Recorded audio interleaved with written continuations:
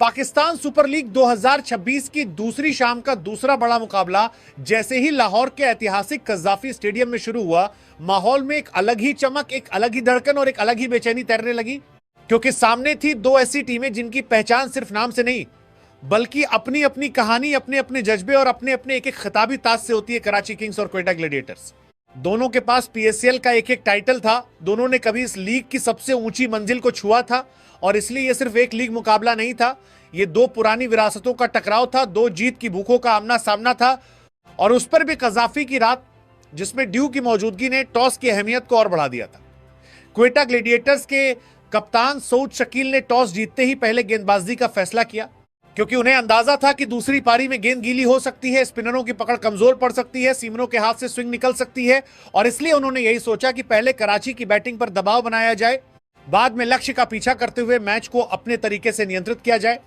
Karachi Kings की तरफ से डेविड वार्नर, मोहम्मद वसीम, सलमान अली आगा, आजम खान, मोइन अली, खुशदिल शाह, हसन अली और शहीद अजीज जैसे नाम मैदान में उतरे थे। जबकि क्वेटा की तरफ से सऊद शकील, हसन नवाज, रिले रूसो, दिलचस्प मिश्रण, अबरार अहमद, उस्मान तारिक, टॉम करन, अहमद दानियाल और बाकी गेंदबाज अपनी पूरी तैयारी के साथ मौजूद थे। कराची की पारी शुरू हुई तो पहली नजर में लगा कि यह साझेदारी लंबी चलेगी।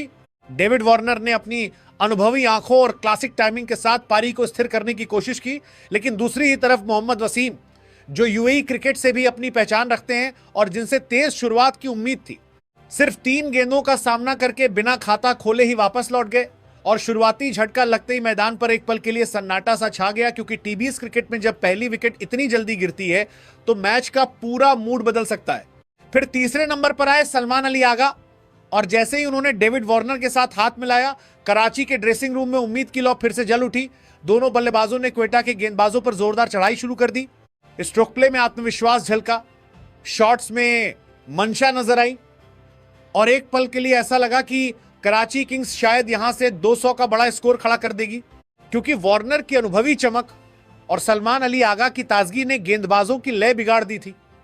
लेकिन क्रिकेट की सबसे खूबसूरत और सबसे निर्दयी सच्चाई यही है कि यह खेल आशाओं को जिस रफ्तार से जगाता है उसी रफ्तार से तोड़ भी देता है। और ठीक वही हुआ जब 44 रन के स्कोर पर दूसरी विकेट सलमान अली आगा के रूप में गिर गई, जिन्होंने 10 गेंदों पर 22 रन की तेज, नपे, तुले और आक्रामक पारी खेली थी, पर उन्हें ज्यादा देर तक क्रीज पर टिकने नहीं दिया गया। क्वेटा के गेंदबाजों ने यहां अपनी असल परीक्षा दी। उन्होंने संयम नहीं खोया, लाइन और लेंथ से समझौता नहीं किया और यही वो बिंदु था जहां मैच का संतुलन धीरे धीरे क्वेटा की तरफ झुकने लगा।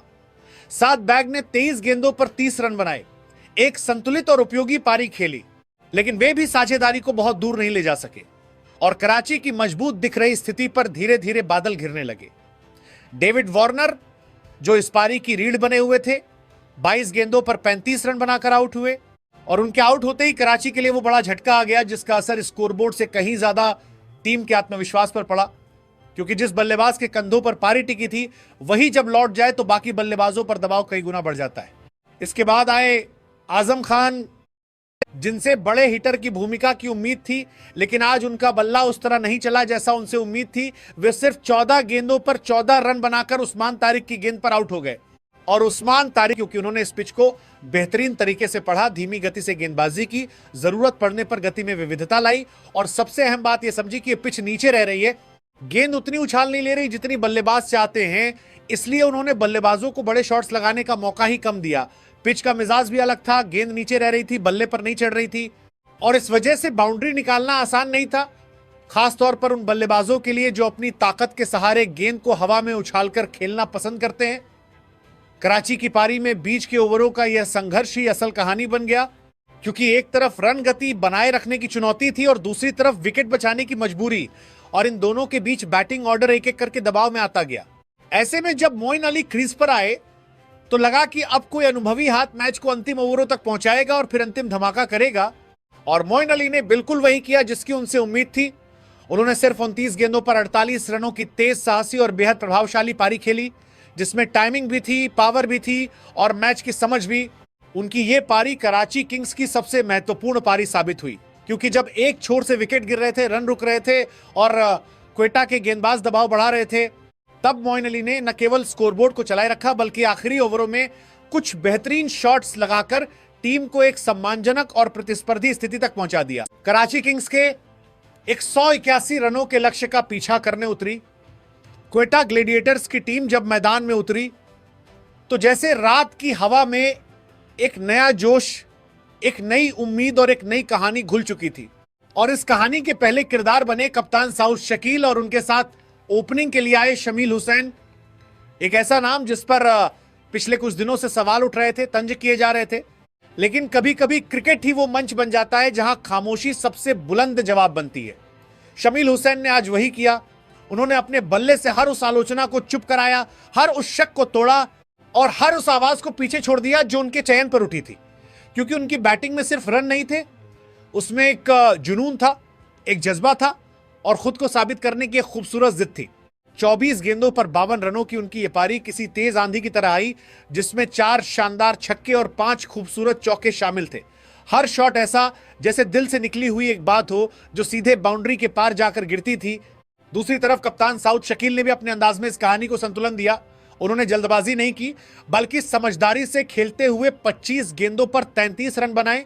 उनकी इनिंग्स में शामिल 6 चौके उस नजाकत की मिसाल थे जिसमें क्लास और कंट्रोल दोनों झलकते हैं। इन दोनों के बीच 79 रनों की साझेदारी सिर्फ एक आंकड़ा नहीं थी, बल्कि यह उस भरोसे की तस्वीर थी जो दो बल्लेबाजों के बीच बनती है। यह उस तालमेल की कहानी थी जिसमें एक आक्रामक था तो दूसरा संभलकर चलने वाला, एक आग था तो दूसरा ठंडी हवा, और दोनों मिलकर एक ऐसी लय बना रहे थे जिसमें जीत की खुशबू साफ महसूस की जा सकती थी। खजाफी स्टेडियम की रोशनी में खेला गया ये लम्हा किसी खूबसूरत ख्वाब जैसा लग रहा था, जहां हर रन के साथ क्वेटा ग्लेडिएटर्स लक्ष्य की ओर करीब आती जा रही थी और हर शॉट के साथ दर्शकों के दिलों की धड़कन तेज होती जा रही थी। क्योंकि यह सिर्फ एक रन चेज नहीं था, यह भरोसे, हिम्मत और अपने वजूद को साबित करने की एक दिलकश दास्तान बनती जा रही थी। लेकिन क्रिकेट की यही तो सबसे दिलचस्प बात है कि यहां कहानी कभी सीधी रेखा में आगे नहीं बढ़ती। देखते ही देखते हालात बदले, जज्बात बदले और जो मुकाबला कुछ देर पहले तक एक तरफा सा लग रहा था वही अचानक करवट लेकर एक नई दास्तान लिखने लगा। जैसे ही क्वेटा ग्लेडिएटर्स की ओपनिंग जोड़ी टूटी, मानो उनकी पारी की रूह ही बिखर गई और वहीं से कराची किंग्स ने इस मैच पर दोबारा अपना शिकंजा कसना शुरू कर दिया। वो टीम जो कुछ लम्हों पहले दबाव में थी, अब पूरे आत्मविश्वास के साथ खेल पर हावी होने लगी। क्वेटा के बल्लेबाज जो एक मजबूत नींव पर खड़े थे, अचानक गैर जिम्मेदाराना शॉट्स खेलने लगे, जल्दबाजी में फैसले लेने लगे और एक एक करके अपने विकेट गंवाते चले गए, मानो जीत की राह खुद ही अपने कदमों से मिटा रहे हो। ओपनिंग जोड़ी के अलावा कोई भी बल्लेबाज उस भरोसे को आगे नहीं बढ़ा सका और देखते ही देखते मैच उनकी पकड़ से फिसलता चला गया, जैसे हाथों में थामी हुई रेत धीरे धीरे बिखर जाती है। इसी बीच कराची किंग्स के गेंदबाजों ने जिस जज्बे और समझदारी के साथ वापसी की, वह इस कहानी का सबसे खूबसूरत मोड़ बन गया। खासकर एडम जिम्पा की गेंदबाजी ने तो मानो इस मुकाबले को एक नई दिशा ही दे दी।